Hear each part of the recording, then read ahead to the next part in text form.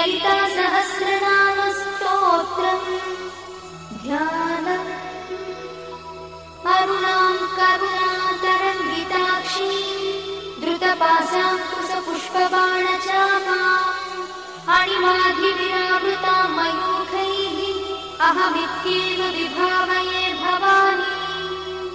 ध्यायेत् पद्मासनस्थां विकसितवदनां पद्मपत्रायताक्षीं हेमाभां पीतवस्त्रां करकलितलसद्देव पद्माम्बराङ्गी सर्वालङ्कारयुक्तां सततमभयदां भक्तनम्रां भवानी।